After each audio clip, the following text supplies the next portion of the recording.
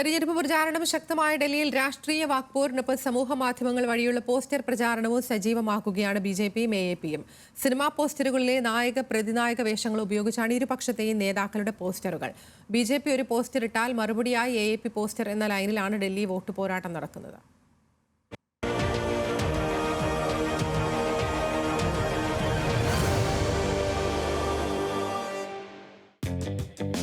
തെരഞ്ഞെടുപ്പടുത്തതോടെ ആകാശത്തും ഭൂമിയിലും യുദ്ധമെന്ന് പറയുന്ന പോലെയാണ് ഡൽഹിയിലെ കാര്യങ്ങൾ. വാക്പോര് ഒരു വഴിക്ക്, മറുവശത്ത് പോസ്റ്റർ പോര് വൈറലാക്കുകയാണ് മുന്നണികൾ.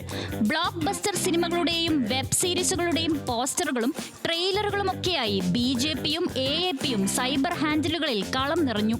നായകരും പ്രതിനായകരുമെല്ലാം രാഷ്ട്രീയ നേതാക്കൾ തന്നെ.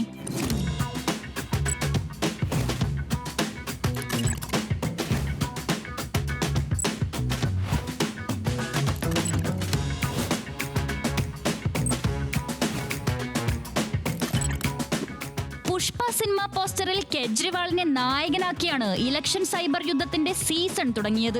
സിനിമയിലെ ഹിറ്റ് ഡയലോഗിനെ അടിസ്ഥാനമാക്കി കെജ്രിവാൾ താഴത്തില്ല എന്നായിരുന്നു പോസ്റ്റർ വാചകം. ഒപ്പം പാർട്ടി ചിഹ്നമായ ചൂലും തോളിൽ വെച്ചുള്ള കെജ്രിവാൾ.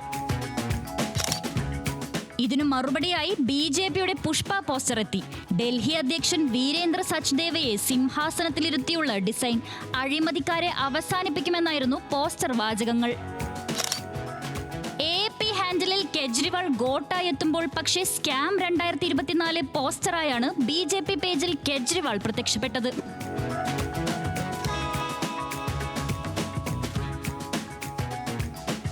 തെരഞ്ഞെടുപ്പ് തീയതി പ്രഖ്യാപിച്ചതോടെ ആവഞ്ചേഴ്സ് അസംബിൾ എന്ന ടാഗ് ലൈനോടെ ഹോളിവുഡ് ചിത്രം ആവഞ്ചേഴ്സിന്റെ ട്രെയിലർ സ്പൂഫും എഎപിയുടെ പേജിൽ ഹിറ്റായി.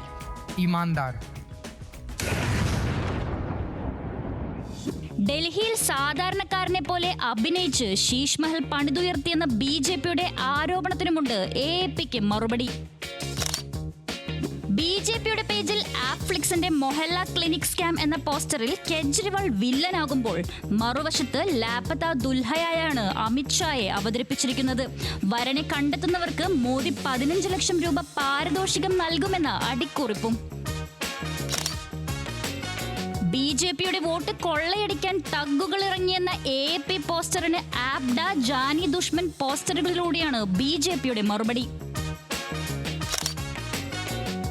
ഏറ്റവും ഒടുവിൽ ഡൽഹി മുഖ്യമന്ത്രി അതിഷിക്കെതിരെ അധിക്ഷേപ പരാമർശം നടത്തിയ രമേശ് ബിദൂഡിക്കും കിട്ടി പണി. അങ്ങനെ ബിജെപിക്ക് പുതിയൊരു പേരുമായി ഗാലി ഗലോച്ച് പാർട്ടി. ബാഹുബലിയിലെ കാലകേയനായി ബിദൂടി പോസ്റ്ററിൽ നിറയുമ്പോൾ മറുവശത്ത് തെരഞ്ഞെടുപ്പ് ഉദ്യോഗസ്ഥരെ ഭീഷണിപ്പെടുത്തുന്ന ഗുണ്ടകളാണ് എഎപി നേതാക്കൾ. രുദ്രാക്ഷവും ഭസ്മവും ഇട്ട ചുനാവി ഹിന്ദുവായി കെജ്രിവാളിനെ പരിഹസിച്ചപ്പോൾ ചുനാവി മുസൽമാൻ എന്ന് അമിത്ഷായ്ക്ക് പേരിട്ട് എഎപി തൊപ്പിയിട്ട ചിത്രം പ്രചരിപ്പിച്ചു. എന്നാൽ ബിജെപി എഎപി ഏറ്റുമുട്ടലിനിടെ ഇതെല്ലാം കരക്കിരുന്ന് കാണുകയാണ് കോൺഗ്രസ്. ഈ കളിയിൽ നമ്മളില്ല എന്ന ലൈനിൽ.